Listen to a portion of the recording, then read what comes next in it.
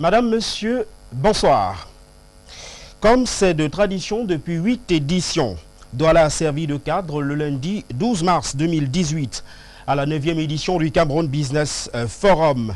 Au cœur des préoccupations de cette rencontre présidée par le Premier ministre chef du gouvernement, Philémon Yan, l'essor des petites et moyennes entreprises présentées comme un véritable levier de croissance. Pour le quotidien de l'économie, le secteur privé a saisi l'opportunité de cette rencontre avec le secteur public pour plaider pour un nouvel outil de production nécessaire à l'extension du marché hors des frontières camerounaises. Mais en attendant cet accompagnement étatique, une assurance a été faite par le Premier ministre aux créateurs de richesses. D'après Cameroun Tribune de lundi dernier, l'on apprend que l'État ambitionne très sérieusement de payer sa dette envers les petites et moyennes entreprises. Le Premier ministre a d'ailleurs indiqué que le ministre des Finances allait accélérer le processus de règlement de cette dette intérieure pour donner du sang neuf aux petites et moyennes entreprises. Dette qui, selon le messager de lundi dernier, avoisinerait les 550 milliards de francs CFA. Notre invité ce soir, qui est chef d'entreprise, nous livrera la grille de lecture que l'inspire cette rencontre économique tenue à Douala. Nous parlerons également du réajustement du gouvernement du 2 mars dernier. Le président de la République a donc décidé de faire quelques mouvements au sein de son gouvernement. Au plus fort de la crise dite anglophone, en pleine période dit-on électorale, 5 Camerounais originaires des régions du nord-ouest et du sud-ouest Cameroun ont été promus à la faveur de ces décrets du président de la République Paul Biya à des postes de responsabilité importants. Notre invitée, qui est une femme politique, nous donnera la lecture que l'inspire ce réajustement du gouvernement. D'autres sujets, en l'occurrence, la place de la femme dans les sphères décisionnelles du pouvoir, avec pour prétexte la célébration très récente de la 33e édition de la Journée internationale de la femme, nous permettra d'approfondir le sujet. Nous saisirons également cette opportunité pour revenir sur la marche qui a été quelque peu réprimée à Yaoundé, marche sous l'égide du mouvement Stand Up of Cameroun. On parle d'une vingtaine de femmes qui ont été interpellées, je crois que c'était le 9 mars dernier, avant d'être remises en liberté. Nous questionnerons notre invité qui est à la tête de ce mouvement sur l'opportunité et la légalité d'une telle initiative dans un contexte marqué par la fébrilité du climat social. Notre invité ce soir est nanti d'un master en Business Administration, chef d'entreprise, à la tête d'un cabinet conseil en leadership et management depuis 1995, président national du Cameroun People's Party depuis le 30 avril 2011, première femme candidate à l'élection présidentielle, c'était en octobre 2011. Madame Edith Kabanwala, merci d'avoir accepté notre invitation ce mardi. Merci de m'avoir invité. Je profite pour dire un bonsoir très particulier à toutes les femmes courageuses, les femmes qui aiment ce pays, au point de prendre des risques en ce qui concerne leur personne et leur vie. Les femmes qui ont marché le 9 mars dernier à Yaoundé. Et j'en profite pour dire bonsoir à toutes les femmes camerounaises, et bien sûr j'en profite pour dire bonsoir aux hommes qui nous accompagnent, parce que c'est les femmes qui ont marché le 9, mais il y avait des hommes qui nous accompagnaient, et donc tous ces hommes qui nous accompagnent, à vous aussi je dis un grand bonsoir. Alors, Madame la Présidente, il y a une question rituelle à l'entame de ce programme. Y a-t-il des questions ou de sujets que vous ne souhaitez pas aborder ce soir? A priori non. On va donc débuter par des questions d'actualité. Le Cameroun, notamment la ville de Douala, précisément poumon économique du Cameroun, a servi de réceptacle à la 9e édition du Cameroun Business Forum. Vous qui êtes chef d'entreprise, quel est le regard et la lecture que vous jetez sur le climat des affaires au Cameroun? Le climat des affaires au Cameroun, malheureusement, peine beaucoup à s'améliorer. Alors, quand nous regardons ce Cameroun Business Forum, la première question qu'on doit se poser, c'est qui est à la table? Who is at the table, comme nous disons en anglais. Nous avons uniquement les associations des entreprises du formel, hein, le GICAM, les CAM et les autres. l'économie camerounaise, selon les chiffres, ça dépend de votre source, mais entre 30 à 50% de notre PIB national est produit par l'économie informelle. Et le chiffre qui est certain, c'est que 9 Camerounais sur 10 qui travaillent dans le secteur informel. Donc déjà, le premier problème que nous avons, c'est que nous parlons d'améliorer le climat des affaires, mais nous parlons d'améliorer le climat des affaires pour un segment de l'économie. Le segment qui occupe la vaste majorité des Camerounais n'a aucune plateforme de dialogue avec le gouvernement. Il n'est d'ailleurs pas reconnu, pratiquement pas, comme les femmes du marché, les Ben Skinner, les call-boxeuses, etc., ne sont pas reconnus comme des entrepreneurs, comme des acteurs de l'économie camerounaise. Donc ça, c'est le premier problème qu'il y a avec le Cameroun Business Forum. Mais maintenant, restons dans ce secteur formel et regardons un peu l'historique de ce Cameroun Business Forum. C'est en 2006 que le Cameroun décide que le climat des affaires va mal, que si on veut une croissance économique, on est en train de sortir du PPTE, n'est-ce pas, et qu'on veut une croissance, si on veut une croissance économique, il faut améliorer le climat des affaires. Alors, 12 ans plus tard, où est-ce qu'on en est? D'abord, c'est une histoire à la camerounaise. Donc, 2006, on prend la décision. Le premier forum ne se tient qu'en 2010. Donc, ça vous donne déjà une idée de comment est-ce que les choses vont être gérées. 4 ans pour passer de la décision à l'acte. 12 ans plus tard, quelques petites réformes ont été réalisées. Donc, les réformes les plus importantes, c'est le délai pour ouvrir une entreprise au Cameroun qui est passé de plus d'1 mois à 6 jours pour les hommes ou les femmes qui ne sont pas mariées, mais 7 jours pour la femme mariée parce qu'il faut que son mari signe. Alors, on a des lois archaïques comme ça qui sont encore qui sont encore là. Donc, 6 jours. Alors, on pourrait dire, waouh, fantastique. On est passé de plus de 30 jours à 6 jours. Ça semble être une bonne performance. Sauf quand on fait du benchmarking, quand on se compare. Alors, dans le rapport du Doing Business, qui est le rapport standard pour mesurer le climat des affaires, le premier pays de l'Afrique subsaharienne, c'est l'île Maurice, qui est en 25e position. Ouvrir une entreprise là-bas, 24 heures. Le Rwanda, qui est en 2e position, 41e sur la liste cette année, et aussi ouvrir une entreprise 24 heures.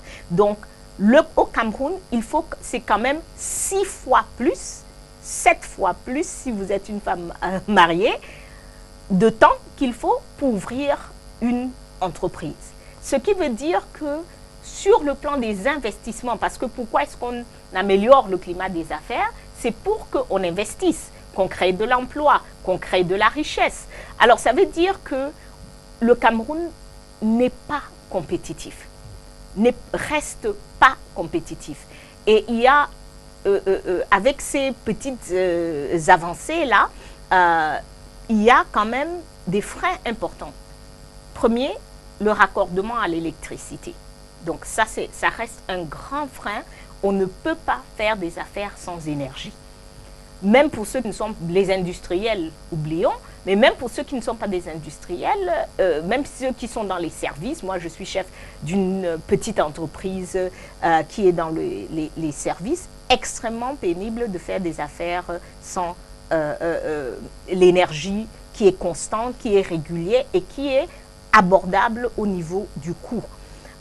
Mais en plus de ça, il y a encore des freins. L'exécution des contrats, donc le système de justice qui doit arbitrer s'il y a un problème, reste peu fiable pour les entrepreneurs. Madame la Présidente, j'allais presque dire que vous notez quelques mauvais points. Vous oubliez qu'il y a également de très bons points, notamment l'informatisation du registre immobilier de crédit. Je ne prends que ce cas de figure.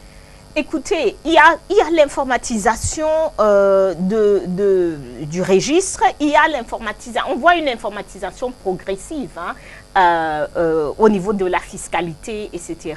Le seul problème, c'est que c'est trop lent. Vous voyez, c'est-à-dire que si vous êtes dans une classe, peu importe si vous êtes passé de la 50e position à la classe pour être 45e, il y a quelqu'un d'autre qui est en train de bondir. Prenons l'exemple, le Cameroun a progressé de 3 places cette année. On est cette année 168e. 168e, donc on était 171e. Quand vous le regardez seul, vous dites « Ah, on est en train de faire du progrès ». Sauf que dans la même année, le Rwanda a bondi de 15 points. L'île Maurice a bondi de 25 points. Donc vous voyez, malheureusement, on n'est pas bon. On n'est pas bon. Et là, on parle des économies qui sont nettement plus petites que la nôtre. On parle des pays, souvent on se compare au Rwanda. Mais en réalité, il ne devrait pas avoir comparaison. Nous sommes une économie nettement plus importante. Nous avons des ressources nettement plus importantes. Nous avons une population qui est nettement plus alphabétisée et mieux formée que la population rwandaise.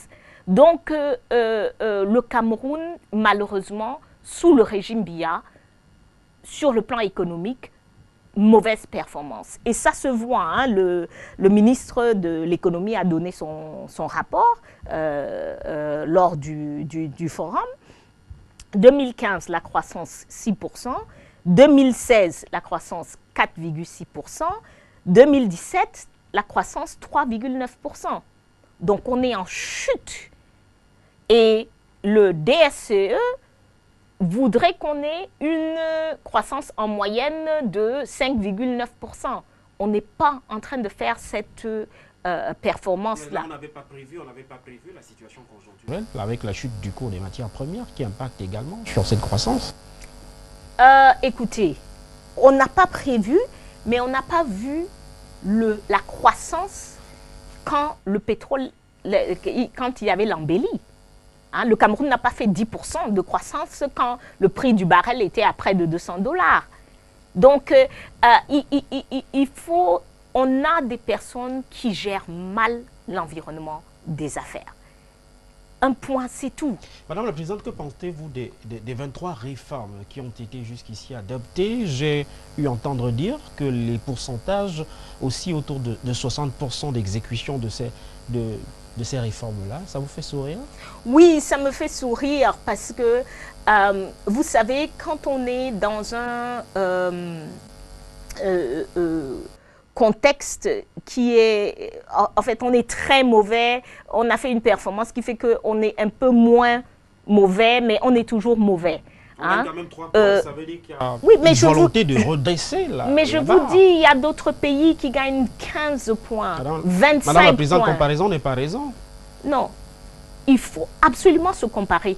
Est-ce que vous permettrez que votre enfant, il revient de l'école et sur sa note, il y a 50 enfants dans la classe, il était 50e, il revient et vous dit non, là je suis 47e.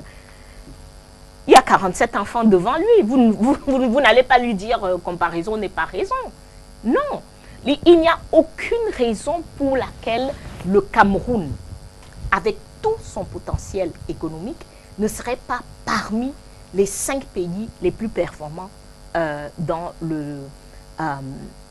le continent africain en ce qui concerne son économie. Et ça commence par l'amélioration du climat des affaires.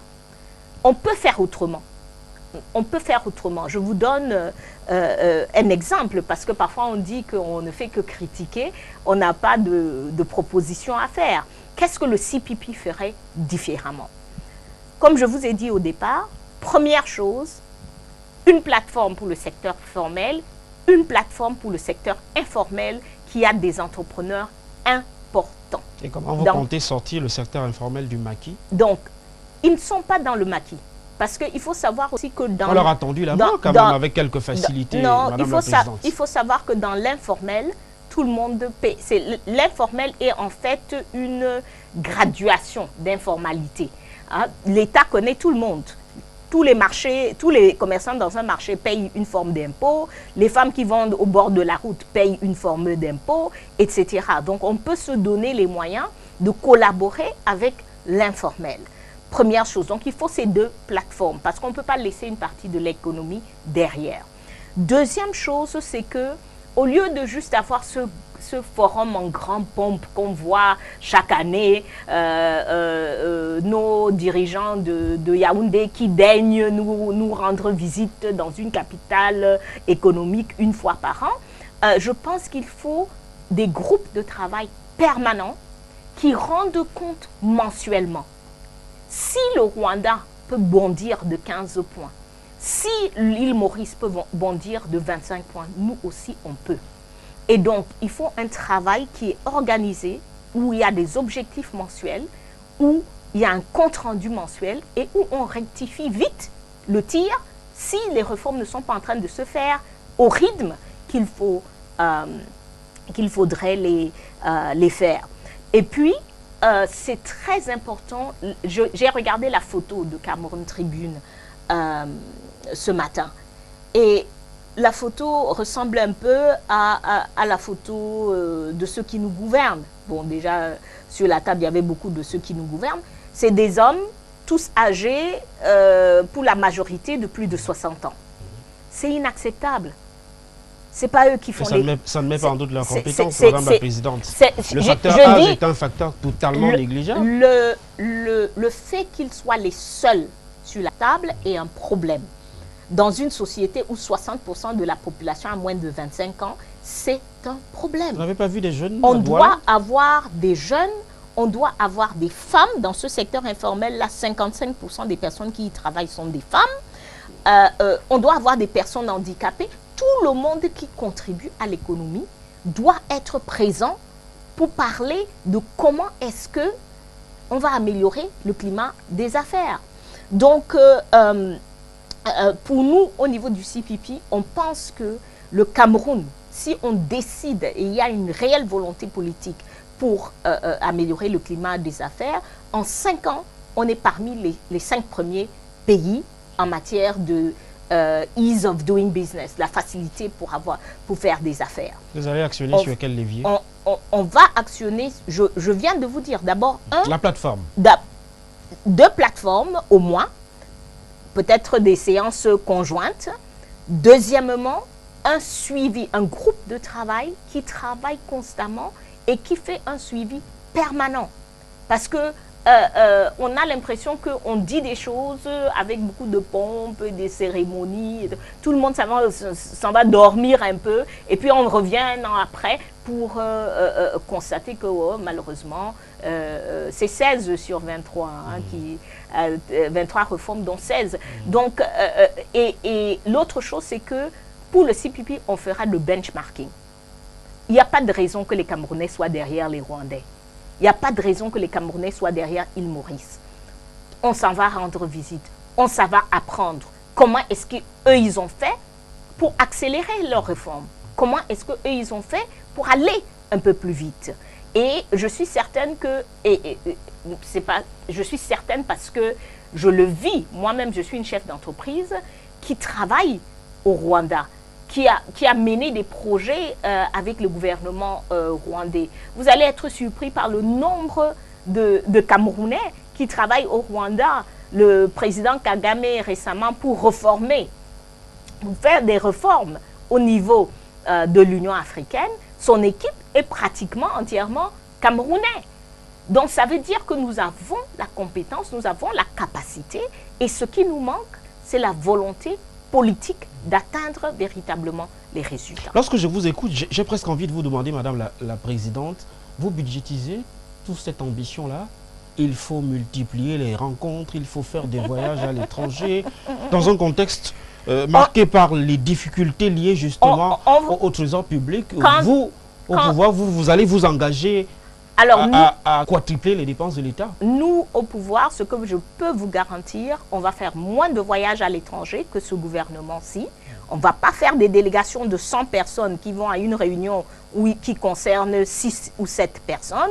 On ne va pas avoir des épouses, des amis, des enfants qui voyagent aux frais de l'État. C'est un procès d'intention. Vous n'avez aucun élément de preuve sur lequel vous appuyez cet argumentaire. Écoutez, vous avez quelques noms à me donner? Moi, j'ai le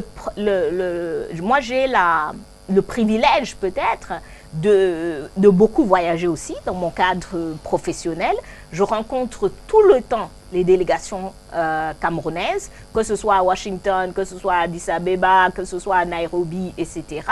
Et je peux vous garantir qu'ils sont pléthoriques, qu'il y a beaucoup de monde dedans qui ne devrait pas être là et qu'il y a un gaspillage des fonds de l'État incroyable sur tous ces voyages, en commençant par ceux du président lui-même. Je voudrais qu'on reste dans le cadre de cette 9e édition du Cameroun Business Forum, avec finalement, il y a une bonne nouvelle au-delà de l'assainissement du climat des affaires. Vous l'indiquiez, il faut donc améliorer cet assainissement-là. Il y a quand même que les PME vont bientôt s'ouvrir avec le déblocage de la dette intérieure. L'annonce a été faite par le Premier ministre. C'est une bonne nouvelle que le CPP salue certainement. Écoutez, il faut savoir que moi, je suis un peu perplexe devant cette nouvelle. Parce que le gouvernement a annoncé en début d'année, juste après avoir fait son budget, qu'il n'allait payer que 25% de sa dette vis-à-vis des PME. Donc l'annonce générale, globale du Premier ministre, je ne sais pas, est-ce que le gouvernement est devenu plus riche entre janvier et mars? Qu'est-ce qui s'est passé véritablement? Est-ce qu'il parle toujours des 25% sur lesquels ils se sont engagés au mois de janvier? Pour nous, ce n'est pas clair. Et en ce qui concerne le paiement de la dette de l'État camerounais vis-à-vis des PME, ça fait 4-5 ans qu'il faut être Thomas. C'est-à-dire, il faut voir pour croire. Malheureusement, l'État a vraiment accumulé. Aujourd'hui, on parle d'environ 17% du PIB qui est détenu en dette vis-à-vis des PME. Donc, l'État a intérêt. Les taux de croissance qui chutent là ne vont pas s'améliorer si l'État ne paye pas. Maintenant, je crois qu'on va arriver sur les questions politiques tout à l'heure. L'État ne peut pas à la fois mener la guerre sur multiples fronts au pays, continuer son train de vie comme si de rien n'était, et puis payer la dette des PME. Donc pour l'instant, c'est les PME, donc encore une fois, le Camerounais moyen, qui est en train de financer les mauvaises décisions. Je vais peut-être recadrer ma question, Madame la Présidente du CPP. Bonne ou mauvaise nouvelle? Elle sera bonne quand on verra de l'argent. Parlons des petites et moyennes entreprises en un mot pour sortir de ce sujet et on abordera la question du réajustement du gouvernement de la République. Quel est le problème en termes de fonctionnement? On parle de moyens de production, de biens de production. Je voudrais justement vous poser cette question. Quelle est la difficulté aujourd'hui des petites et moyennes entreprises? Est-ce que c'est la question du financement qui est le problème? Est-ce que c'est la question justement du management qui fait problème? Est-ce que c'est les autres questions subsidiaires que vous aviez évoquées tout à l'heure qui sont des problèmes à l'essor des petites et moyennes entreprises? Vous qui êtes chef d'entreprise. En ce qui concerne la petite et moyenne entreprise, les problèmes sont tout ce que vous venez d'énumérer et plus. C'est-à-dire que l'accès au financement demeure un problème. Et il faut dire que l'État a parlé lors du forum de payer sa dette, mais il n'a pas parlé du fait que la banque des PME, le FMI, à peine 3 ans après sa mise en place, le FMI leur a demandé de restructurer cette banque-là. Elle ne fonctionne pas, elle n'est pas en train de effectivement permettre l'accès au financement. Hein, ce sur quoi le CPP, on avait fait des commentaires dès le début parce qu'il ne fallait pas que l'État entre comme un acteur économique avec le financement direct. Ce que l'État aurait dû faire, c'est un financement indirect en garantissant les prêts qui sont faits par les banques qui sont sur la place. Donc ça, c'est la première chose. Ensuite, ce qu'on peut dire par rapport aux difficultés des petites et moyennes entreprises, on a parlé des moyens de production. Et le GICAM, à la sortie du Cameroun Business Forum, demande qu'on mette à jour l'étude sur les moyens de production. Parce que ça reste trop cher de produire au Cameroun. Que ce soit à cause de l'électricité, que ce soit à cause de l'accès à la terre, que ce soit à cause des routes pour transporter, que ce soit à cause de la corruption qui reste un élément clé en ce qui concerne les contrôles routiers, en ce qui concerne tout traitement avec l'administration. Et vous avez dit quelque chose de très important, l'accès à la formation. Au Cameroun, l'État ne s'est pas occupé de l'accès à la formation pour le petit et moyen entrepreneur. Donc, il n'y a aucun endroit, il n'y a aucun programme où une PME, un responsable de PME, etc. Alors, président, vous savez qu'il existe une bourse de sous-traitance au Cameroun. Il existe des centres d'incubation pour les petites et moyennes entreprises. Oui, ça touche combien d'entreprises? Ils peuvent incuber combien d'entreprises? On ne parle pas de faire un centre d'incubation pour 30 entreprises. Et l'entreprise qui est à Meganga, lui, il fait comment? Et celui qui est à Kumbo, il fait comment? Ou à Kumba? Hein? Quand on parle de l'accès à la formation, c'est des programmes, on va parler de la décentralisation tout à l'heure, c'est des programmes qui doivent être rattachés aux municipalités, aux régions, etc., pour que le maximum d'entrepreneurs puissent avoir accès à cette formation-là. Et le dernier point pour sortir, c'est que l'État, et ça se passe dans tous les pays qui veulent un réel développement économique, le cas, je crois, le plus en vue, et ce n'est pas ce que je recommande pour le Cameroun, mais il faut voir la Chine. Comment est-ce que la Chine s'est déployée sur l'économie mondiale? C'est avec soit ces entreprises d'État, soit ces PME rattachées à l'État. Donc, il y a une véritable stratégie nationale pour aller à la conquête des marchés. Aujourd'hui, j'entends le gouvernement camerounais parler de promouvoir les secteurs de la technologie. Et je vois, on donne un petit 2 millions par-ci ou 1 million par-là à 1 ou 2 entrepreneurs. Non! Comment est-ce que, au niveau des États-Unis, au niveau de l'Europe, etc., comment est-ce qu'on fait la véritable promotion de la technologie? C'est qu'un entrepreneur développe une application qui est utile pour la société et dans la plupart des cas, vous constatez qu'en fait, c'est l'État qui achète en masse, c'est les universités qui achètent en masse, c'est les municipalités qui achètent en masse et qui garantissent un certain nombre de marchés. Alors, pour ces jeunes entrepreneurs, pour qu'ils puissent faire tout le développement qui est nécessaire. Au Cameroun, il n'y a pas de stratégie, il n'y a pas de réflexion, il n'y a pas d'accompagnement. Je suis toujours en admiration incroyable devant les entrepreneurs camerounais. Parce que les entrepreneurs camerounais réussissent malgré l'État et non pas accompagnés par l'État. Sortons de ce sujet avec une question, peut-être un tout petit peu personnelle, vous qui êtes chef d'entreprise. L'ancien président du GICAM, parlant du cycle des petites et moyennes entreprises, indiquait qu'elle excelle rarement 10 années. Vous êtes à la tête d'une entreprise qui a plus de 2 décennies. Oui. J'ai presque envie de vous demander votre secret, c'est quoi? Bon, oui, nous on a 23 ans cette année, le mois prochain, le mois d'avril, on aura 23 ans et je crois que nous avons fait plusieurs choses et nous avons aussi bénéficié des coups du hasard. Hein. Ce n'est pas tout qui est planifié en entreprise, mais c'est qu'on a une gestion extrêmement rigoureuse. quand je dis ça, aux gens, ils ne croient pas. Moi, je suis une salariée de mon entreprise. Je m'en tiens à mon salaire. La caisse de l'entreprise, ce n'est pas ma caisse. Il n'y a pas de confusion entre les deux. Je reçois mon salaire à la fin du mois, comme tous les autres employés. Il y a une discipline très, très rigoureuse en ce qui concerne la gestion financière et une discipline très, très, très rigoureuse en ce qui concerne la qualité du service que nous offrons à nos clients.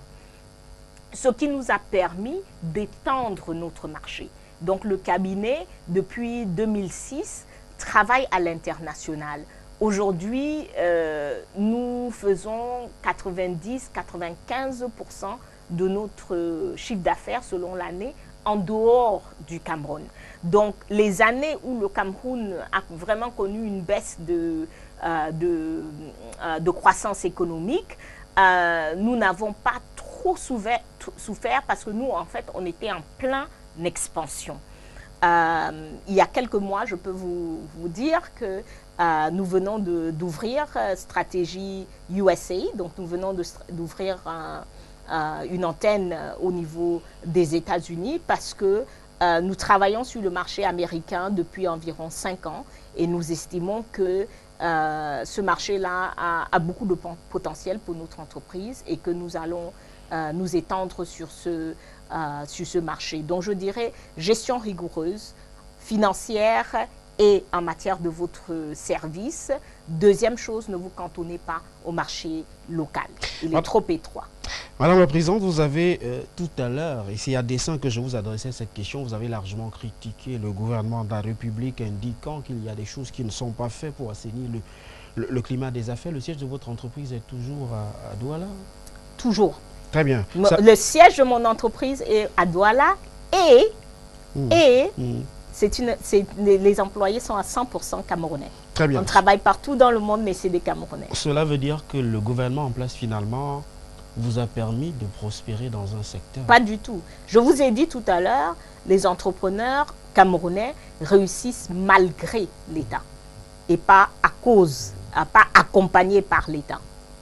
Je n'ai eu aucun accompagnement du gouvernement camerounais, mais je peux écrire un livre. Mais vous avez pu prospérer dans un climat comme celui-là. Vous ne connaissez pas le mérite quand même d'un gouvernement qui vous a permis de monter une entreprise aujourd'hui qui excelle à l'international? Non, mais attendez, là c'est un peu grave hein, ce que vous dites. Je n'ai pas de permission à demander à un gouvernement. Non, je parle en termes de facilité, puisque vous avez monté une entreprise. Mais quelle est la facilité? Vous avez un siège social là, voilà. Oui, mais c'est déjà une facilité. Ce n'est ni leur terrain, ni leur... c'est quoi la facilité? Le fait que le pays existe? Le fait d'avoir certaines facilités, des accès? Non, je n'ai aucun accès. Quel accès que le gouvernement m'a donné? Aucun. Aucun. Dans d'autres pays, je peux vous dire, dans d'autres pays, avec le niveau de service que nous offrons, que notre cabinet offre, et on nous pose la question tout le temps à l'international, parce que qui est-ce que nous conseillons? Nous conseillons des organismes qui regroupent les États. Donc on travaille avec l'Union africaine, on travaille avec le NEPAD, on travaille avec la conférence internationale des Grands Lacs qui regroupe 12 États. Récemment, j'ai rencontré un compatriote camerounais qui était à une conférence, à un sommet des chefs d'État de la conférence des Grands Lacs, où le cabinet stratégie était en pole position en tant que conseillère, en tant que conseiller au secrétariat général de cette institution. J'en déduis, tout marche bien pour vous dans le secteur de l'entrepreneuriat. Mais au Cameroun, l'État camerounais ne considère pas qu'on a des compétences qui peuvent être intéressantes pour lui. L'entreprise se porte donc bien, ça veut dire que vous êtes à jour avec, l'entreprise, ça va. avec le fisc, donc tout va bien. Ah, vous pouvez demander à mon contrôleur, je suis une très bonne contribuable. Je ne peux pas me permettre d'être autre chose avec mes positions politiques. Très bien. Je voudrais qu'on sorte définitivement de ce sujet pour parler de politique à présent avec le réajustement du gouvernement du 2 mars dernier. Vous le savez, le président de la République a pris un décret qui nomme quelques responsables à des départements ministériels importants et certains ont presque jubilé à la limite. J'imagine que ça a été le cas au niveau du CPP lorsqu'on a appris qu'il y a quelques personnes originaires du nord-ouest et du sud-ouest qui ont aujourd'hui des postes de responsabilité de premier plan. Vous avez festoyé au CPP? Non, pas du tout. Pas du tout. Premièrement, au niveau du CPP, ce n'est pas notre conception d'un gouvernement. Hein. Ce n'est pas... notre vision d'un gouvernement, ce n'est pas d'avoir le gâteau national, hein, national cake qu'il faut diviser et que chaque village prend sa part. Nous estimons qu'il faut avoir des personnes compétentes et que quand quelqu'un est ministre du Transport, il est un ministre pour le Cameroun. Je peux vous dire d'ailleurs, moi je suis de plus en plus choquée par ces festins et fêtes, etc. qu'on fait quand on nomme les gens. Je crois que c'est très malsain. Quelqu'un vient d'être nommé, il n'a encore rien fait, on ne sait pas quelle sera sa performance et on est en train, d'abord, lui il s'endette et on se demande avec quel argent il va rembourser ces dettes-là parce qu'ils font des fêtes à coups de... Vous parlez comme si vous étiez le banquier de ces derniers. Hein. Oui, mais je me pose des questions. Eux, ils gèrent l'argent public, donc ils gèrent mon argent. Ah oui, n'oubliez pas, c'est nous les citoyens qui payent les salaires des ministres. C'est nous les citoyens qui contribuons pour le budget de l'État. Donc nous sommes dans notre droit de nous inquiéter sur le comportement des personnes qui vont gérer cet argent-là. Cela n'explique pas que vous... Oui, donc vous vous inquiétez de leur bourse. Absolument, absolument, je m'inquiète parce que quelqu'un qui est fonctionnaire, qui n'a pas un salaire de 500 000, on le nomme ministre, le salaire des ministres camerounais c'est un peu plus d'1 million, et qui fait une fête tout juste après avoir été nommé, qui lui coûte 5 millions, 7 millions, je dois m'inquiéter. Je vous ai dit que la gestion financière rigoureuse, ça fait partie de mes caractéristiques. Donc, alors vous remettez en cause les compétences de ceux qui ont été promus? Alors, en ce qui concerne les compétences, donc je disais d'abord que notre vision n'est pas une vision de gâteau national qu'il faut diviser et représenter chaque région. Mais dans ce gâteau national, on peut quand même observer que c'est des hommes d'action qui ont été nommés à des postes. Toutefois, en ce qui concerne la question anglophone, une des revendications des anglophones était que les anglophones, depuis l'indépendance, n'ont pas occupé les postes ministériels les plus stratégiques dans un gouvernement. Ministre des Finances, ministre de la Défense, ministre de l'AT, etc., etc. Donc, aujourd'hui, nous avons un anglophone qui est ministre de l'AT. Sauf que c'est très inquiétant. Le CV de cette personne-là ne conduit pas à ce poste-là. Ça, c'est la première des inquiétudes. Deuxième inquiétude, c'est qu'il s'agit d'un membre, je vais utiliser le terme, il s'agit d'un cacique du RDPC. Il s'agit d'une personne qui a dit tout au long de cette crise, il a d'ailleurs redit le jour de sa nomination qu'il n'y a pas de problème anglophone, que Paul Biya adore les anglophones, que tout va très très bien entre M. Biya et les anglophones, et que M. Biya, il a dit, Mr. Biya is the master and I am the servant. Ce qui est très inquiétant. C'est une attitude extrêmement inquiétante pour quelqu'un il n'est pas le servant de M. Biya. Il est, en anglais, on dit civil servant. Il est là pour servir les Camerounais et pas pour servir M. Biya. Donc, beaucoup de points d'interrogation, beaucoup d'inquiétudes. Ces nominations n'ont aucune répercussion. Alors, je voudrais reprendre un mot, Madame la Présidente du CPP. Vous avez parlé tout à l'heure du CV de ce dernier. Qu'en savez-vous? C'est publié. Mais bien sûr. Vous estimez qu'il n'a pas la compétence pour gérer ce ministère? Je ne vois pas ce qui, dans son background, l'amène vers la gestion d'un ministère de l'administration. Est-ce que vous savez qu'il est le secrétaire permanent du Conseil national de sécurité? Vous le savez au moins? Oui, mais ça c'est... Vous estimez qu'avec autant d'années passées au sein de ce secrétariat, il n'a pas l'opportunité de comprendre la gestion d'un ministère comme celui de l'administration territoriale? Ce n'est pas une qualification pour gérer l'administration territoriale. Je suis désolée. La qualification, c'est laquelle? Ben, on se serait attendu, l'administration territoriale, littéralement, on est en train d'administrer tout le territoire national. Donc, le cursus normal dans la majorité des pays, c'est un fonctionnaire qui a fait du temps dans ce ministère, qui a fait les différentes régions, qui a une certaine maîtrise du pays, etc. Maintenant, partout dans le monde, on nomme des ministres de manière inattendue. Ça se passe partout dans le monde, ça c'est pas particulier au Cameroun, donc on verra. Mais non, au CPP, on n'est pas en train de dire, ah oui, ça c'est le monsieur qui, normalement, oui, quand on voit ça, c'est tout naturel qu'il soit à ce poste-là, non. Madame Navalo, c'est une belle promotion. Elle a le profil de l'emploi, pour vous prendre au mot. Madame Nalova Lyonga, qui, elle au moins, voilà. Donc voilà un profil.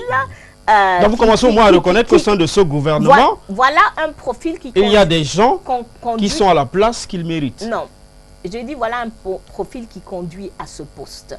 Est-ce qu'elle le mérite? Je n'en sais rien. Il y a, en ce qui concerne M. Atangandji et Mme Nalova, c'est deux personnes qui, en ce qui concerne la crise anglophone, ont été des personnes qui ont allumé le feu, qui à un moment donné ont attisé la crise, qui ont fait à ce que la crise passe à un niveau supérieur. Donc, M. Biya a nommé ses ministres, il va gérer avec ses ministres, mais qu'on cesse de dire que ça, leur nomination a quelque chose à y voir avec la crise anglophone. Pas du tout. Les anglophones ne se reconnaissent pas en ces personnes-là. Les anglophones se reconnaissent en vous? Je pense que les anglophones se reconnaissent en moi parce que depuis... Parce que vous êtes plus anglophone que les deux autres que vous avez cités? Pas du tout, pas du tout, pas du tout. Il n'y a pas de degré d'anglophonité et je serai heureuse le jour au Cameroun où on va mettre ces questions sur la table et pouvoir en discuter en ce qui concerne notre identité nationale. Maintenant, pourquoi est-ce que les anglophones vont se reconnaître en moi et en nous, le CPP? La première chose, c'est que dans notre programme politique, le Cameroun Leader, qu'on produit en 2010, la question anglophone est au centre. Je vous parle de 2010, il y a 8 ans. En 2014, quand l'État, le régime Biya célèbre le cinquantenaire, 4 ans plus trop tard, quand on fait la célébration du cinquantenaire, tout le monde est en train de faire la fête, y compris en zone anglophone, et nous sommes parmi les seules voix à dire attention, il n'y a pas à fêter. Il y a des problèmes qui couvent, il y a des problèmes qui sont là, il y a des plaies qui ne sont pas du tout en train de guérir. Au lieu de faire la fête, nous devions faire le dialogue. Nous, on en parlait en 2014. C'était dans votre programme depuis 2014? C'était dans notre programme depuis 2010. Dans le programme de 2010? Dans le programme de 2010. Celui qui vous a conduit à la candidature à l'élection présidentielle de 2011. Vous avez été battu par le candidat d'en face. Je voudrais juste comprendre, Madame la Présidente, je vais vous relancer. Oui. Vous aviez dans un programme aussi alléchant, aussi intéressant, mais il semble que les anglophones n'ont pas beaucoup voté pour vous. Personne n'a beaucoup voté au Cameroun. Monsieur Biya a été élu avec moins de 30% de l'électorat en 2011. Donc, Monsieur Biya a créé un système électoral où les gens ne votent pas, les gens n'y croient pas et les gens ne votent pas. Vous faites de la fuite en avant, Madame la Présidente? Non, pas du tout.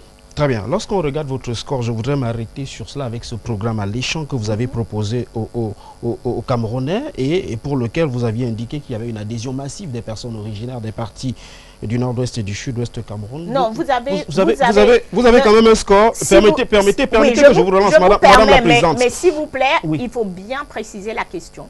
Vous m'avez posé la question, est-ce que les anglophones se reconnaissent en moi dans le CPP? Vous avez parlé de votre programme par lequel... Et j'explique par les différentes occasions à laquelle le CPP a évoqué la question anglophone. Je voudrais justement comprendre, parce que j'ai des éléments sur lesquels je voudrais m'appuyer pour comprendre. S'ils ont accepté la position qui était la vôtre, s'ils ont agréé votre offre politique à ce moment donné, c'est quand même deux régions qui constituent un bastion électoral important. Comment vous expliquez votre score à cette élection de 2011? Vous avez eu 0,72% des suffrages exprimés. On est pratiquement dans le néant. On a presque l'impression que ceux qui avaient voté pour vous, c'était quelques membres de votre famille et vos frères. D'abord, la réponse à ça, c'est non. Parce qu'avec ce score, c'est la 6e place sur 23 candidats. Donc ça, c'est le premier point. Deuxième point, c'est... Et pourquoi c'est la 6e place avec ce score-là sur 23 places? Parce que M. Biya s'est déjà taillé 80%. Donc, il a pris 80%. Il reste maintenant 20% à distribuer parmi les autres candidats. Donc, ce qu'on peut dire, c'est que le score électoral, pour moi, et pour le CPP, est très, très loin d'être un indicateur de la volonté politique des Camerounais. D'abord, je viens de vous dire, il y a moins de 30% de l'électorat qui vote. Ça veut dire qu'il y a 70% qui ne participent même pas. Donc, prendre le score électoral comme un indicateur de l'expression de la volonté politique ou de l'opinion politique des Camerounais, s'il est un mauvais baromètre. Je voudrais prendre justement ces suffrages-là comme un baromètre justement de l'indicateur du niveau de légitimité que vous confère votre adhésion à la formation politique qui est la vôtre. Vous aviez parlé tout à l'heure justement d'une offre politique. Oui. Depuis 2010. Oui. Mais vous arrivez à comprendre et à justifier que ceux qui sont originaires de ces parties du terroir n'aient pas assez voté pour vous? Là est ma question. J'arrive à comprendre que les Camerounais ne votent pas dans ces deux régions comme dans les autres. J'arrive à comprendre que... Vous savez que le candidat d'en face avait une victoire écrasante dans ces deux parties du terroir là. Il avait une victoire écrasante sur l'ensemble du pays, 78%. Y compris dans ces deux zones là. Oui, absolument. La preuve que... c'est le candidat. La preuve finalement qu'il était le candidat de ces personnes. Ah oui, non, il était le candidat de tous les Camerounais. On a bien vu ça. On a vu la grosse fête dans les rues quand il a gagné. C'était une victoire. Quelqu'un gagne à 78% et les villes sont calmes. Personne ne fête. Personne ne crie victoire. Et la personne qui a gagné à 78%, pourquoi a-t-il si peur? Pourquoi il empêche les autres de tenir des meetings politiques? Pourquoi il empêche des conférences de presse? Vous avez la certitude que c'est lui qui empêche la tenue de... Il n'est plus président de la République? Être président de la République veut dire quoi? Il est le président. Qu'il s'érige? Non, il est le Madame la Présidente, je voudrais comprendre. Il est le chef de l'État, président de la République. Absolument. Est-ce que vous savez que dans le principe de délégation des pouvoirs, le préfet a une fonction, le sous-préfet a une fonction, le chef de l'État n'est pas à la fois président de la République, préfet, sous-préfet en même temps. Vous n'allez pas le chef de l'État, et le chef de l'État, quand les personnes que lui a nommées, parce que toutes ces personnes-là n'arrivent pas là par hasard, il est le seul élu. Tous les autres, c'est lui qui les nomme. Et donc, quand ces gens travaillent mal, son travail à lui, c'est de les relever de leurs fonctions. Mais on n'a jamais vu M. Biya enlever un ministre parce qu'il travaille mal. Vous parlez du Vous êtes sérieuse? Oui, je n'ai pas Revenons justement à ce réaménagement du gouvernement. Revenons à ce réaménagement du gouvernement. Il y a des ministres qui ont volé au vu et au su de tout le monde. Ils sont encore dans le gouvernement. Les départs que vous observez, c'est un recadrage, il fallait qu'on le fasse très rapidement. Non, ceux qui sont sortis de ce gouvernement aujourd'hui, vous avez l'impression que ce n'était pas une sanction? Non, pas du tout. Ils ont suffisamment bien travaillé, ils méritaient simplement une sorte de retraite anticipée. Il y a des raisons politiques. Il y a des raisons politiques. il y a dans ce gouvernement des ministres qui nous ont dit ouvertement qu'on a volé 500 millions chez moi. 6 mois plus tard, on a volé 350 millions chez moi. 1 an plus tard, on a encore volé 500 millions. C'est le ministre qui le disait ou c'est la presse qui a apporté cette information? Parce qu'il y a ce qui est dit et ce qui est écrit. Hein?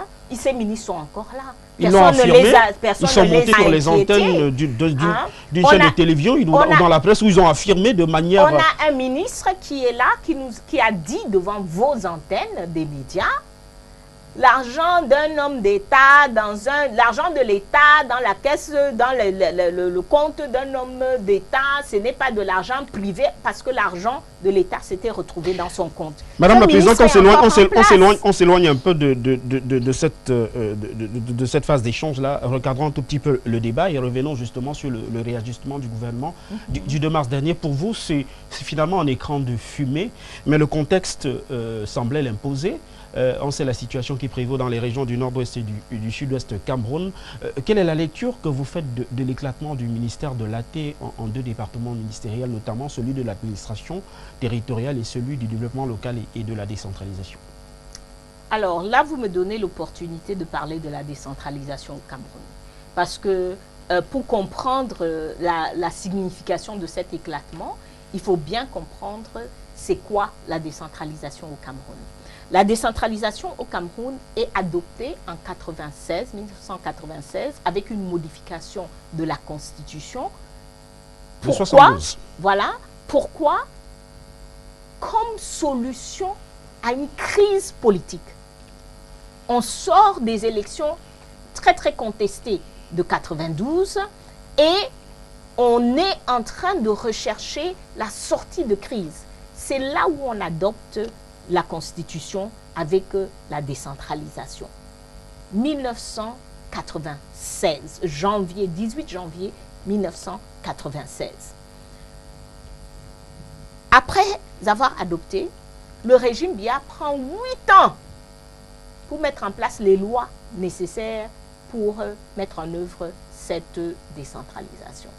Après avoir mis en place les lois, il prend encore 6 ans pour mettre en place les décrets d'application de cette décentralisation à un niveau. C'est-à-dire que qu'est-ce qui est dans la Constitution comme décentralisation? Nous avons comme collectivité décentralisée, nous avons les régions, n'est-ce pas? Avec des conseils régionaux élus, n'est-ce pas? Ensuite, nous avons les municipalités à la base. 14 ans alors plus tard, en 2010, 96-2010, 14 ans. C'est là où on a les premiers arrêtés ministériels qui transfèrent une infime partie des compétences vers les communes et une infime partie de l'argent. 14 ans pour faire des lois, des arrêtés, etc. 2010, nous commençons avec la première expérimentation de la décentralisation, on peut dire. Aujourd'hui, nous sommes en 2018. Il y a eu des expériences dans le domaine de la santé, dans le domaine de l'agriculture, etc. Quel est le bilan de ces expériences? Le gouvernement ne les présente pas. Heureusement, on a accès aux rapports, etc., etc. Le bilan est plus ou moins catastrophique. La manière dont ça a été géré à la manière du régime Biya.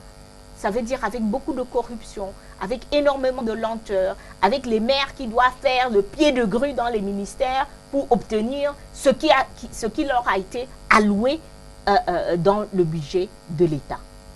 Et maintenant, en 2018, 22 ans après qu'on ait voté la décentralisation, on n'a pas de conseils régionaux.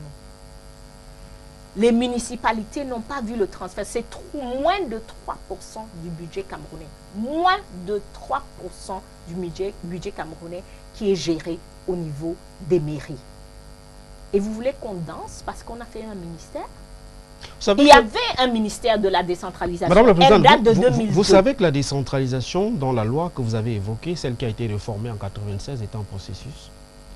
Un processus de 22 ans? Quand on dit un processus, vous avez une périodicité en termes de mise sur pied d'un processus. Oui, absolument. Absolument. Je vais vous dire, toujours dans le programme politique du CPP, nous, on prévoit la décentralisation effective en 5 ans. Première année, vous êtes en train de mettre en place les procédures, mettre en place le personnel, parce que les modalités pour le personnel ne sont même pas encore signées. Quand vous partez dans nos communes, il n'y a pas du personnel pour gérer les projets, pour gérer le développement qu'on veut faire à ce niveau-là. Donc, année 1 pour nous, c'est les textes, c'est les procédures, c'est le personnel. Année 2, c'est les projets pilotes. Pas dans 1-2 communes, dans les 360 communes, dans les 10 régions, pour permettre aux communes de commencer à avoir la maîtrise d'ouvrage. Année 3 et 4, c'est le renforcement des capacités, c'est la gestion des projets, c'est le transfert d'au moins 10 à 15% du budget national vers les communes. Année 5, c'est des conseils régionaux élus, des municipalités élues, et entre 30 et 40% du budget national qui est géré au niveau local. Quelle est l'évaluation que vous faites? D'autres pays l'ont fait, notre pays est capable de le faire. Il faut arrêter de nous faire croire que le Cameroun, c'est le plus médiocre de pays et qu'il faut 22 ans pour décider quelque chose. Je rappelais simplement que la Constitution était suffisamment claire. On parle des institutions qui doivent être mises en œuvre de manière progressive. À aucun moment donné, la Constitution de 1996 ne vous a dit que la décentralisation sera mise en œuvre dès le lendemain. 22 ans, c'est trop long. Demandez à n'importe quel Camerounais, prenez n'importe quel benchmark, 22 ans pour mettre, et ce n'est pas encore mis en œuvre. Ils nous disent maintenant qu'ils ont créé tout un ministère pour mettre en place la décentralisation. Est-ce que ce n'est pas une avancée? Est-ce que ce n'est pas une avancée pour accélérer ce processus? Non, non. Ce régime est incompétent. Incompétent. Sur toute la ligne. Est-ce que vous avez... On vient de voir le Cameroun Business Forum. Il faut 12 ans pour faire les réformes. Et elles ne sont pas encore faites. Est-ce que vous avez conscience... Décentralisation, 22 ans pour la mettre en œuvre. Et elle n'est pas encore mise en œuvre. Madame Kawala, à quel point est-ce qu'on dit ça, c'est l'échec? Madame Kawala, vous parlez d'incompétence d'un gouvernement qui dure depuis 33 ans. Vous pensez que c'est l'incompétence qui maintient des gens au bout de 3 décennies? Je pense que c'est la répression. Je pense que c'est la répression et le vol. À quel niveau vous voyez la répression? Étant donné que personnellement, je ne compte plus mes arrestations, je crois que je suis bien positionnée pour mesurer la répression. Très bien. Je vois que vous êtes libre et vous êtes sur un plateau de télévision, donc vous vous exprimez en toute aisance. Ce régime a forcément quelque chose de bon. Ah bon? C'est une question? Non. Je suis désolée. Sortons de ce sujet. Ça fait partie du cinéma camerounais. Très bien. Je voudrais qu'on sorte de ce sujet et qu'on dise un mot rapidement sur la crise anglophone et l'escalade de la violence observée sur le terrain. Vous avez dû vous rendre compte, il y a un renforcement du dispositif. Le chef de l'État a décidé de créer une 5e région militaire qui englobe les régions du nord-ouest et de l'ouest du Cameroun avec pour poste de commandement la ville de Bamenda qui est un véritable brasier pour certains. Quelle est la lecture que vous faites aujourd'hui de l'escalade de la violence observée dans les régions dites anglophones du Cameroun? Nous faisons l'observation que nous faisons depuis 2 ans. Si nous sommes arrivés là, c'est grâce à une extrêmement mauvaise gestion par l'État. L'État avait la possibilité, d'abord, il faut que les Camerounais comprennent, les corporations qui se mettent en grève en fin 2016, en novembre 2016, les avocats, les enseignants, c'est des corporations qui ont écrit à leur ministre des années avant pour dire ça va mal, nous avons besoin de réformes, notre profession se porte mal, etc., etc.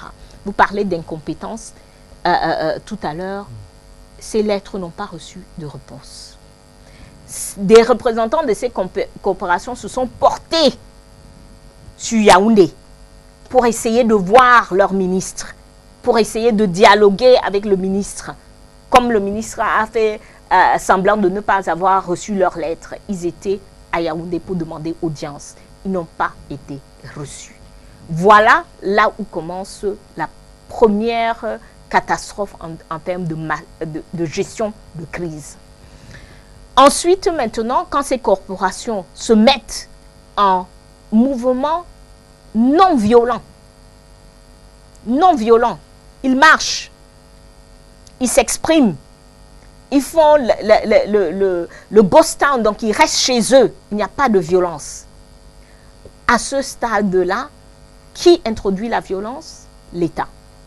Nous avons tous vu les images sous la conduite de Mme Nalova qui vient d'être conduite au gouvernement. L'armée entre dans l'université, ce qui est inacceptable partout dans le monde. L'armée entre dans l'université, prend des étudiants qui sont en train de manifester paisiblement, les roule dans la boue, les fait boire de l'eau sale, commet tout genre de violence. Voilà la violence qui commence. Les avocats qui marchent et qui sont en robe, ce qui dans n'importe quel État, le corps des avocats fait partie de la justice et donc a droit à un traitement spécial. Qu'est-ce qui se passe? On prend des avocats en robe, on leur donne des coups de pied, on leur roule par terre. Voilà la violence qui s'est déjà introduite. Continuons un peu, le gouvernement discute avec ces corporations, discute avec les avocats, les enseignants, dans le cadre d'un groupe qui s'appelle le consortium. Le consortium n'appelle jamais à la violence. Le consortium dénonce la violence quand il y a des dérapages qui se passent. Le gouvernement est en train de discuter avec eux et du jour au lendemain, en espèce de 48 heures, on les arrête tous en les accusant de terrorisme. Donc soit l'État camerounais était en train de négocier avec les terroristes en connaissance de cause, soit ils ont commis des actes de terreur dans les 48 heures entre la dernière négociation et l'arrestation. Arrestation, c'est trop poli parce que c'était des kidnappings. La loi camerounaise prévoit l'arrestation pour vous priver de votre liberté. La loi a des procédures très claires. En aucun cas est-ce que ces procédures ont été respectées. On a même mis en prison un magistrat hors hiérarchie sans respecter la loi. Voilà, ça c'est de la violence. Priver les Camerounais de leur liberté sans respecter la loi, c'est de la violence. Madame la Présidente, les revendications d'autres corporatistes ont reçu gain de cause. Quand on enlève ces acteurs du terrain, qu'est-ce qu'on fait? D'abord, la violence que l'État a exercée contre ces personnes-là radicalise l'ensemble de la population. Aujourd'hui, je discutais avec quelqu'un qui était sur le terrain comme nous et on se rappelait du fait que en janvier, février, mars 2017, quand vous rencontrez les gens, ils étaient mécontents, mais ils vous disaient l'État doit, le président doit, voilà ce qu'ils doivent faire, etc. Que pensez-vous de ceux qui aujourd'hui disent, tout du gouvernement? Que pensez-vous de ceux qui disent aujourd'hui qu'avec la situation qu'on observe sur le terrain, finalement les revendications corporatistes que vous évoquez étaient le prétexte fallacieux pour déstabiliser le Cameroun? J'aimerais qu'il m'apporte la moindre preuve. On ne dit pas des choses pareilles en les tirant de l'air. Comment qualifiez-vous ceux qui revendiquent la partition du Cameroun? Pour vous, ce sont qui? Des Camerounais? Ce sont des Camerounais qui sont devenus tellement tellement mécontents. Et en faire un État. Pour vous, ce sont des Camerounais. S'il vous plaît, vous me laissez finir. Ce sont des Camerounais qui ont été tellement mécontents avec la gestion du pays qu'ils ont décidé de se séparer. Est-ce que je suis d'accord avec eux? Absolument pas. Est-ce que je pense qu'on doit les écouter et est-ce que je pense que c'est les actions du régime Biya qui ont radicalisé cette partie de la population? Est-ce que je pense que c'est les arrestations de milliers de jeunes hommes pour rien du tout? À cette époque-là, il y avait les vidéos qui circulaient. Ça circulait dans mon téléphone, ça circulait dans le vôtre. Mais si vous étiez un jeune garçon anglophone, on vous voit avec cette vidéo-là, allez hop, vous êtes arrêté. Voilà les gestes et les faits qui ont radicalisé cette population. Ils continuent à les radicaliser. Et qui ont fait à ce qu'ils tendent l'oreille. Parce que les sécessionnistes, c'est quoi? C'est des extrémistes. En temps normal, personne ne les écoute. Vous avez dans toute société ce type de personnes. Mais quand les gens sont satisfaits dans leur état, quand ils ont les services de base, quand ils se sentent traités avec respect, dans un système de justice, ils ne tendent pas l'oreille à ça. Pourquoi? On doit se poser la question en tant que Camerounais. La question que vous m'avez posée, est-ce qu'ils sont des Camerounais? Mais bien sûr, ils sont des quoi? Il faut qu'on arrête avec ça. Quand quelqu'un est mécontent dans une famille, il est riche, il érige un drapeau dans son pays et il se revendique appartenir à un pays imaginaire. C'est pour vous, c'est la meilleure approche pour faire une revendication dans un pays. S'il vous plaît, qu'est-ce qu'il a fait avant? Est-ce que la première chose qu'ils ont fait, c'était de porter un drapeau? Quand est-ce que les drapeaux ont commencé à sortir? Il faut qu'on arrête avec ça. Les gens ont revendiqué, ont pleuré, ont dit de toutes les manières que ça va mal. Personne ne les écoute. Personne ne les apporte des solutions. Oui, à mon avis, ils ont écouté des mauvaises sirènes. Mais ce n'est pas une raison pour les condamner. Ce sont des Camerounais. Mais les gens qui vivent à Manfé, qui vivent à Bamenda, etc., ils sont des quoi? Ils sont devenus autre chose du jour au lendemain. Ce n'est pas vos frères et sœurs, ce n'est pas les miens. Qui s'en prennent à mes frères et sœurs des régions du nord-ouest et du sud-ouest. Mais parce que l'État camerounais s'en est pris à eux. Quel est le rapport, Madame la Présidente? Comment ça c'est? Quel est le régime de Yaoundé et les populations des régions du nord-ouest et du sud-ouest qui sont aujourd'hui agressées quasiment par ces mouvements de mécontents. Je vais utiliser l'expression pour éviter d'utiliser le terme qui fâche. Écoutez, encore une fois, si vous commencez à traiter le problème au milieu, on ne va jamais s'en sortir. Je vous ai laissé faire tout à l'heure un état de lieu de la situation. Le gouvernement a agressé ces populations. Quand est-ce que les violences commencent vis-à-vis des forces de l'ordre camerounais? C'est après le 1er octobre. C'est après que l'État est tiré sur les gens. C'est après que les gens ont été arrêtés à tort et à travers. C'est là où ils commencent à écouter les gens qui disent qu'en fait, on vous a toujours dit que vous ne pouvez rien faire avec ces gens-là. On vous a toujours dit que vous ne pouvez pas vivre avec des gens qui n'ont pas de sens de justice, qui n'ont pas de sens de fair play. C'est en ce moment-là que la population, qu'on voit ces groupes armés qui commencent à se mettre en place. Et devinez quoi?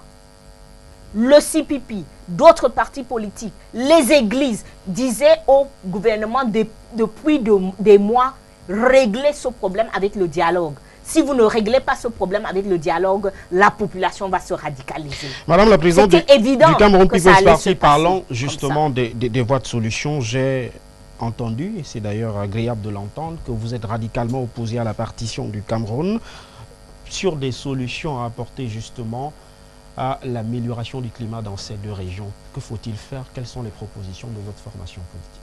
Alors, les propositions du CPP, comme vous le savez, sont dans le cadre du Stand Up for Cameroun.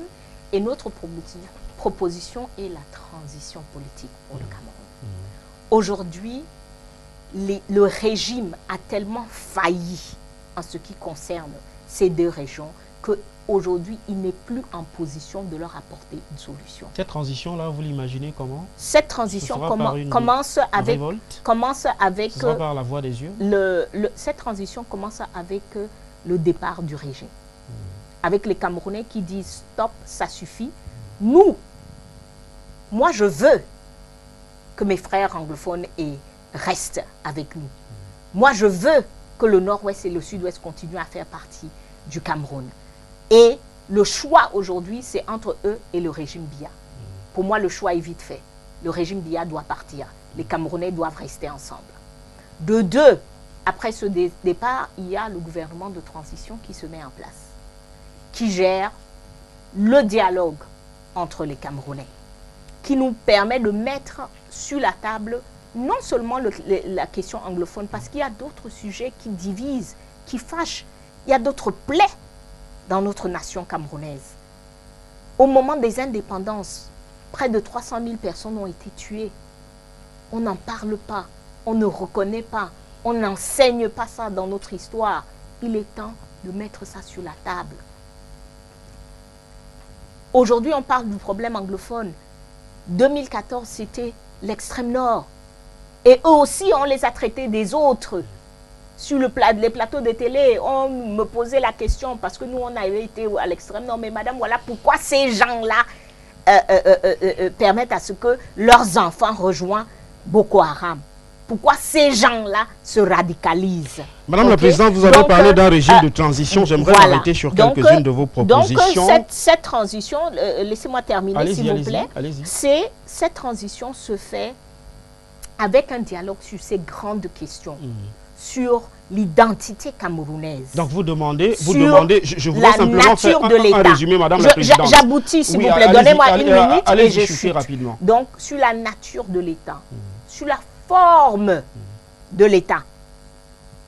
Parce qu'aujourd'hui, à cause du problème anglophone, on parle de fédéralisme, mais je peux vous dire, il y a une étude de l'État camerounais de 2004, ECAM, la première étude ECAM, où plus de 80% des Camerounais disent qu'on a besoin de la décentralisation. On a besoin d'avoir le gouvernement qui est local, les ressources au niveau local. Et maintenant, après ce dialogue-là, il y a la réforme des institutions de l'État, y compris la réforme du code électoral et après ça, les élections. Voilà le cheminement pour le CPP. Le Cameroun doit traiter ces questions fondamentales. Le CPP souhaite que le régime en place s'écarte. Absolument. Donc, vous souhaitez, je vais peut-être reformuler ma question de manière simple, que les Camerounais qui en 2011 ont voté pour M. Biya de manière massive, certains ont d'ailleurs dit que c'était une victoire à la limite éclatante, disent à M. Biya... partez. Vous êtes dans un rêve, Madame la Présidente. Pourquoi?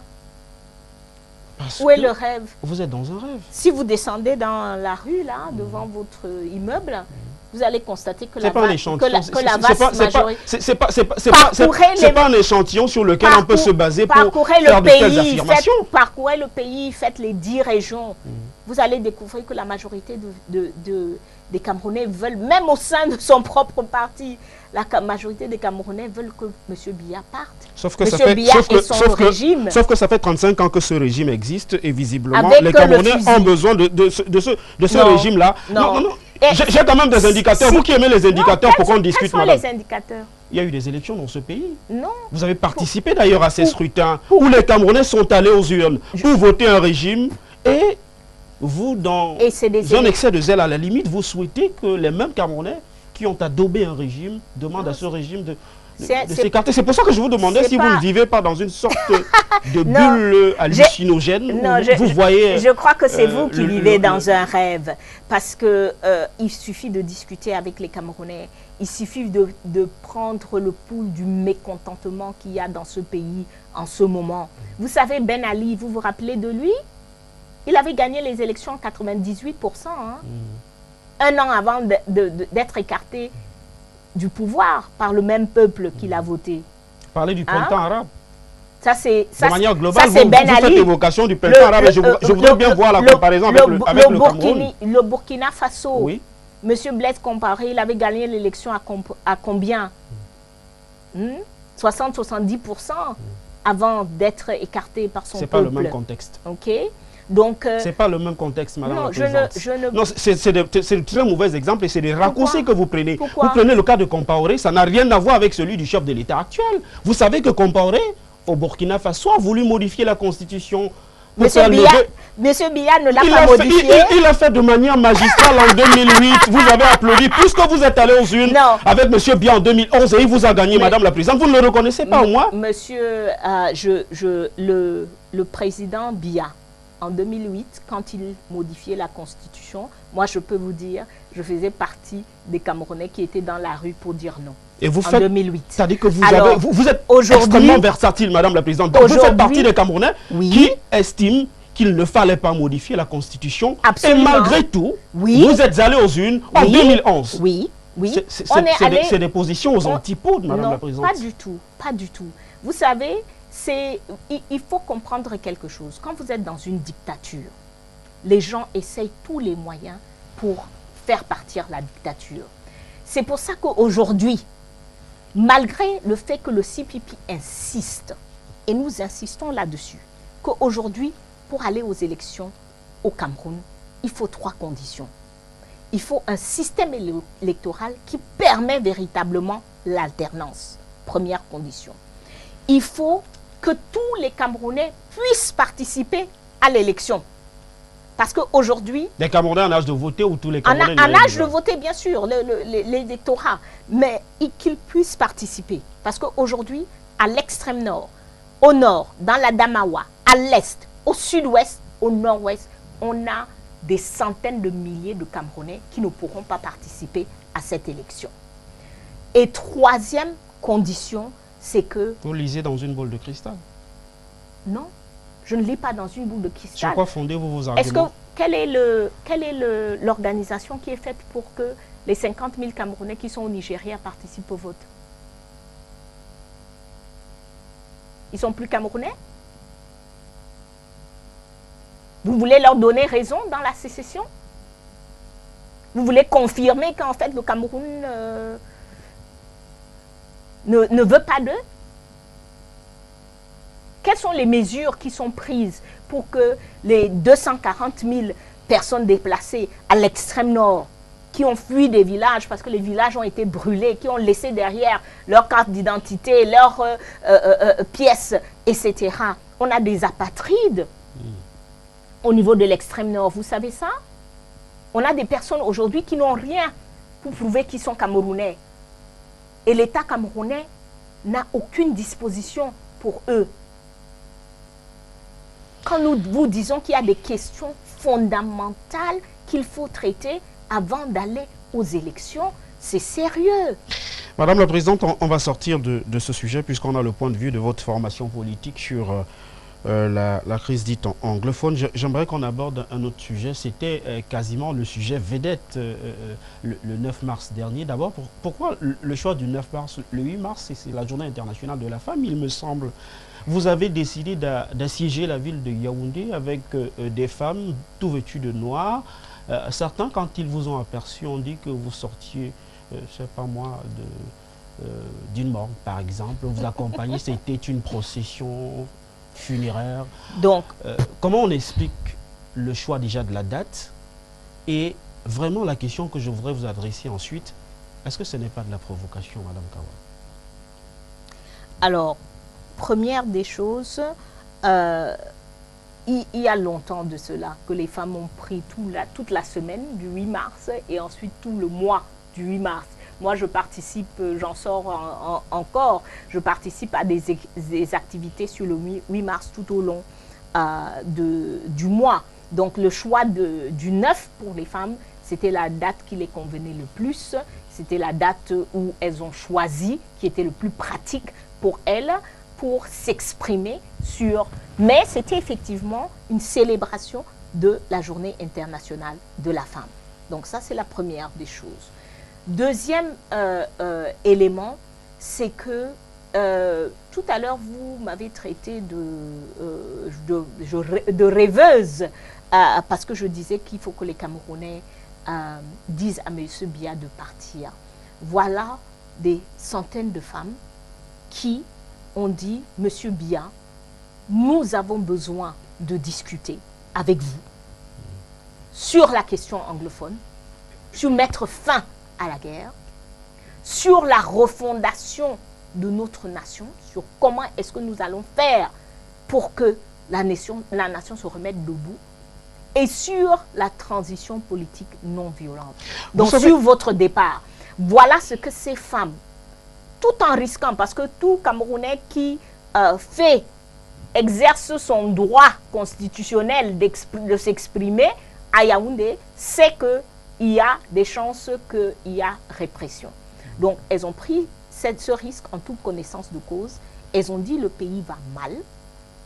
Et ce groupe, je peux vous dire, je les félicite encore.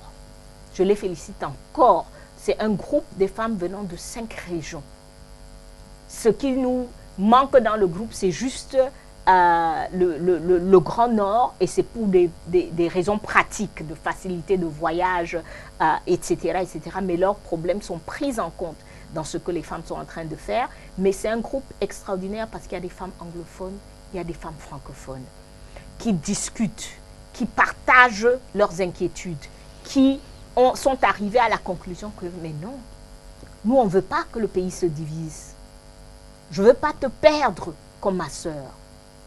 Je trouve inacceptable qu'on tue ton enfant civil. Je trouve inacceptable qu'on tue ton enfant militaire. Donc nous devons nous mettre ensemble pour insister, pour se mettre debout, pour dire il faut qu'on discute des problèmes fondamentaux auxquels le Cameroun fait face. Vous savez quelle est la position? Il faut que le chef d'État nous reçoive, nous, les femmes. Très bien. Vous connaissez la position du président de la République par rapport au dialogue, Madame la Présidente? Je vais peut-être vous le rappeler de manière simple. Il pense que c'est en train d'être fait par la non. commission Il a dit une chose qui est simple. Chose. Non, je voudrais simplement reprendre ses propos. Le chef de l'État a toujours dit, du moins il a dit dans son discours, dans son adresse, que le dialogue pour lui est une solution, mais ce dialogue doit s'inscrire dans ce qu'il a appelé la légalité républicaine. Et ça me permet de vous relancer. Il n'aura aucun problème pour recevoir les femmes alors. Si effectivement elles sont organisées, c'est pour ça que je voudrais vous relancer avec cette question. Stand Up for Cameroun, c'est quoi? C'est un mouvement. Quel est le statut juridique de... je ne sais même pas quel est le qualificatif que je devrais associer à cela. C'est quoi exactement? Stand Up for Cameroun, c'est très simple. C'est une plateforme. C'est une plateforme qui regroupe des entités juridiques, donc des partis politiques, des associations, des Camerounais qui sont des citoyens. Donc Stand Up for Cameroun, c'est un groupe.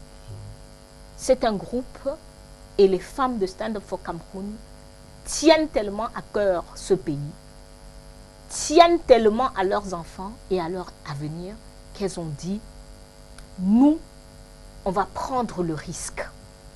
C'est le fruit de plusieurs réunions de travail. Et il y a eu des C'était la seule approche que vous avez pu explorer, la seule approche qui vous permet justement d'obtenir une audience, c'est d'investir les rues de Yaoundé avec des balais. C'est l'approche sur laquelle les femmes ont décidé. Après beaucoup de discussions, avec beaucoup de débats. Si vous avez pris en compte le contexte social difficile avant de vous engager dans une marche comme celle-là? Quel est le contexte social difficile? Vous avez parlé de la crise, vous avez parlé des poches de violences observées. Et ces femmes viennent des régions de crise. Ces femmes sont venues pour dire, je vis avec le fusil, avec le bruit des fusils la nuit. Mes sœurs sont en brousse, elles ont fui le village. Ces femmes sont venues pour dire c'est trop dur, même celles qui ne sont pas des régions qui sont en crise. Donc il faut obstruer la circulation à Yaoundé pour faire des revendications comme quoi on aimerait rencontrer le président de la République. Alors il fallait nous voir. On n'a pas empêché une seule voiture de passer. On n'a pas empêché une seule personne de passer. C'est des femmes, monsieur. On était organisés, on était disciplinés, on était complètement sans violence. Il n'y avait aucune raison. Vous avez songé au moins à rédiger une audience au président de la République? Absolument, ça a été déposé au secrétariat général de la présidence. Le 16 mars. On va attendre. Si on va attendre. Le chef de l'État va vous recevoir. Je me souviens d'ailleurs qu'il vous a déjà invité, mais c'est dans un cadre un peu plus festif, puisque vous avez déjà été au Palais de l'Unité. Oui. C'est un environnement agréable quand même pour une rencontre. Ce que j'ai dit quand j'étais là-bas la première fois et que quelqu'un m'a demandé comment je me sentais là-bas, je dis c'est bien de visiter ces futurs locaux. Et c'est aussi bien de rêver. Le rêve n'est pas interdit.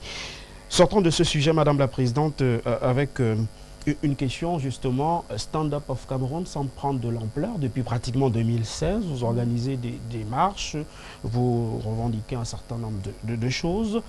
Mais je constate, un peu stupéfait également, que Cameroun Obosso est devenu, depuis quelque temps, Cameroun Omboussa. Qu'est-ce qui se passe? Pas du tout. Cameroun Obosso est au cœur de Stand Up for Cameroun.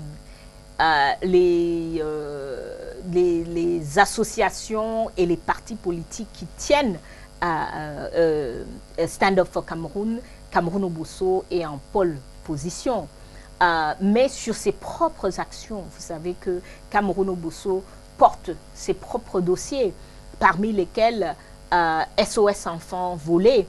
Donc, vous l'avez peut-être loupé parce que vous êtes à Douala, mais Cameroun Obosso était à IDEA récemment pour des jeunes couples, deux jeunes couples qui ont vu leurs enfants volés. Ils ont été au tribunal d'IDEA et ils continuent à travailler avec ces couples-là.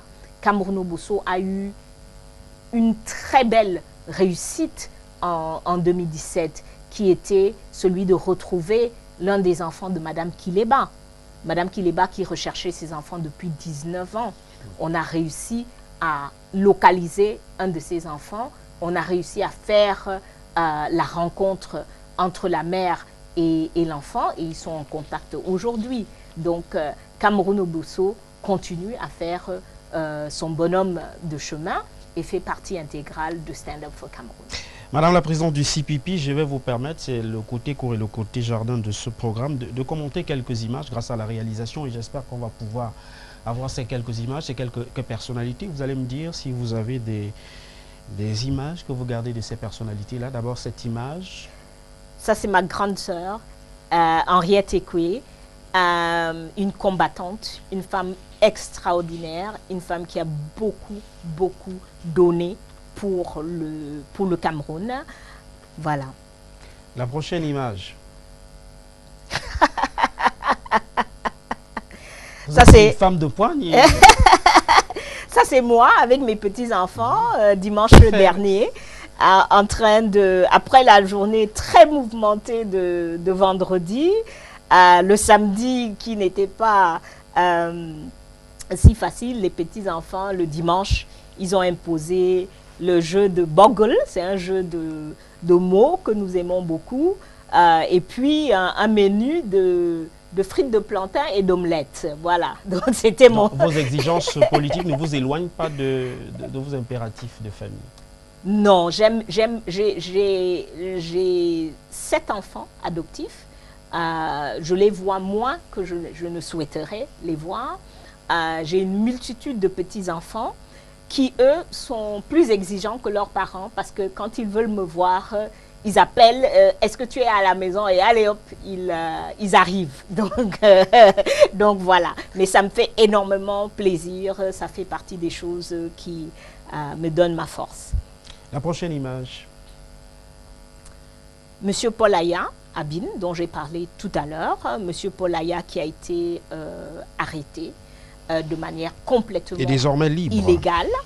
De manière illégale, si on vous arrête même pour un jour, même pour 30 minutes, on est une république. Soit on est un état de droit, soit on ne l'est pas. Il ne faut jamais excuser l'État de bafouer le droit. On est dans l'anarchie. Une prochaine image. Alors, Pius Ndiaye, de regretter mémoire. Ok, il est chauve là. Pius Ndiaye de regretter mémoire, qui pour moi est quelqu'un avec qui j'ai des très beaux souvenirs. Je le rencontre dans les années 90 quand je rentre au Cameroun après avoir fini mes études. Donc, mes mémoires de Pius Ndiaye, bien sûr, c'était un grand combattant, un grand homme de liberté de la presse au Cameroun. Mais mes mémoires de lui, c'est vraiment dehors, dans la cour, avec des amis, en train de discuter à bâton rompu et en train de beaucoup rire. Il avait un rire assez particulier. Et oui, ça fait plaisir de l'avoir connu. Ça fait un peu mal qu'il ne soit pas là en ce moment. Qu'il soit participé. Voilà. Prochaine image. John Froundi. Vous en gardez un bon souvenir aujourd'hui, après votre départ de cette formation politique? Oui, oui. Monsieur Froundi, lui aussi, je le rencontre de nouveau en 90, parce que c'est quelqu'un qui vient de la même région que moi et donc qui m'a connue dans mon enfance. Je garde le souvenir de monsieur Froundi comme quelqu'un qui a contribué énormément pour les libertés dans ce pays. Je peux être pas d'accord avec certains de ses choix, avec certaines de ses stratégies, mais je dis toujours que je reconnais que sans Froundi, moi je ne serais pas là en tant que leader politique. Sans les barrières que lui il a brisées, sans les avancées qu'il a fait dans les années 90, on ne sera pas là sur cette télé en train de parler ouvertement politique. Votre départ de cette formation politique était motivé par des divergences de vues? Divergences de vues, divergences de stratégie. La prochaine image, très rapidement. Prochaine image. Monsieur Foncha. Et vous allez comprendre pourquoi j'ai choisi ces deux personnalités. D'abord, monsieur Foncha. Oui, monsieur Foncha. Il faut savoir que monsieur Foncha, il y a une relation particulière parce que mon père est le directeur de cabinet de monsieur Foncha. Voilà pourquoi j'ai choisi cette image. Monsieur Foncha, et par la suite, vous allez avoir une autre personnalité dont votre papa de regretter mémoire, John Salmon Ouala, a été le directeur de cabinet. Vous allez voir très rapidement la prochaine image. Ok. Ça, c'est Tandeng Mouna, par contre. Voilà. C'est Tandeng Mouna qui a remplacé M. Foncha. Donc, on est en plein dans l'architecture de la réunification. Parlez-nous de ces deux personnalités et de ce lien qu'il y avait avec votre famille. Donc, comme je disais, mon père était un haut fonctionnaire dans l'Ouest Cameroun. Donc, avant la réunification, je dis souvent que je dois beaucoup à l'État du Cameroun. Je n'ai jamais été boursier personnellement, je n'ai jamais bénéficié d'une bourse, mais mon père, par contre, était entièrement formé par l'État du Cameroun. Et on nous racontait toujours les histoires de la famille, comment il est sorti du bateau quand il est revenu de l'Angleterre, et sa famille l'attendait. Et on les a écartés. Il y avait une voiture de fonction, une voiture de service. Donc, il est littéralement sorti du bateau et il a pris ses fonctions. Donc, j'estime que je dois beaucoup parce que, par contre, c'est mon père qui a payé toutes mes études, qui, en plus de ça, était quelqu'un qui a beaucoup forgé ma personnalité. Je crois que c'est très intéressant cette image. Je ne m'y attendais, je n'attendais pas à parler de mon père, et c'est très intéressant parce que ce matin je me suis levée littéralement en pensant à lui. Et en pensant à lui aujourd'hui, j'ai toujours deux sentiments. Une très grande fierté. Mon père était ce qu'on appelle un civil servant, quelqu'un qui servait l'État. Il y croyait fermement, il croyait au Cameroun. Je peux vous raconter anecdote sur anecdote comment, quand on était tout petit, il insistait pour que on comprenne que notre rôle dans la vie, ce n'était pas seulement pour réussir sur le plan personnel et individuel, mais de contribuer à bâtir le Cameroun. Donc, il était très, très fier de ce qu'eux avaient fait, et quand on grandissait, avait tout l'espoir pour notre avenir. Donc, c'est avec une une grande joie, un grand amour, une grande fierté que je pense à lui, mais aussi avec beaucoup de pincement de cœur. Je disais à quelqu'un ce matin, parce que je pensais à lui, que quelque part, je suis heureuse. Alors ça, c'est pas sa photo, hein, ça c'est Tandeng Mouna. Tout naturellement, tout naturellement. Voilà, donc, je disais que quelque part, je suis heureuse qu'il n'a pas vu ce que nous sommes en train de vivre. Je crois qu'il en serait littéralement mort. Alors, je veux qu'on dise un tout petit mot, voilà. un petit mot rapidement.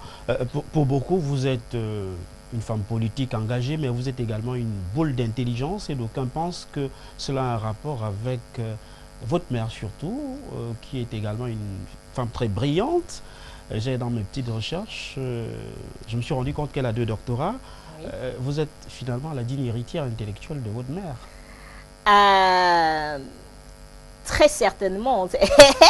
Elle n'était pas seulement une femme très intelligente. J'espère que je lui fais honneur dans ce domaine-là. Mais c'était surtout beaucoup plus calme que moi. Hein. Ma mère n'était pas... elle était beaucoup moins au devant de la scène. Elle était quelqu'un de beaucoup plus calme, mais c'était une femme de caractère. Alors, une femme de caractère. Si ma mère prenait une décision, ça allait se faire. Madame la présidente du Cameroun People's Party, voilà. 1000 fois merci d'être venue. Malheureusement, le temps accordé à ce programme est terminé, hein, j'allais le dire. Merci d'être venu à cette émission d'Un fauteuil pour vous, pour la première fois sur les antennes de la télévision du monde. Votre présence nous honore. 1000 fois merci d'être venu. Merci de m'avoir invité. Merci pour les différents sujets que nous avons parcourus et merci aux Camerounais qui sont restés avec nous. Thank you very, very much. I was going to speak English throughout the program, but I said maybe I'll put you in difficulties. 1000 fois merci d'être venu dans le cadre de cette livraison de cette émission Un fauteuil pour vous. On recevait Edith Kawala, qui est une femme chef d'entreprise, je l'ai indiqué à l'origine de ce programme, et qui est par ailleurs la présidente nationale du Cameroun People's Party. Merci de nous avoir suivis. J'aurai le privilège et le plaisir de vous retrouver mardi prochain avec un autre invité. Bien le bonsoir.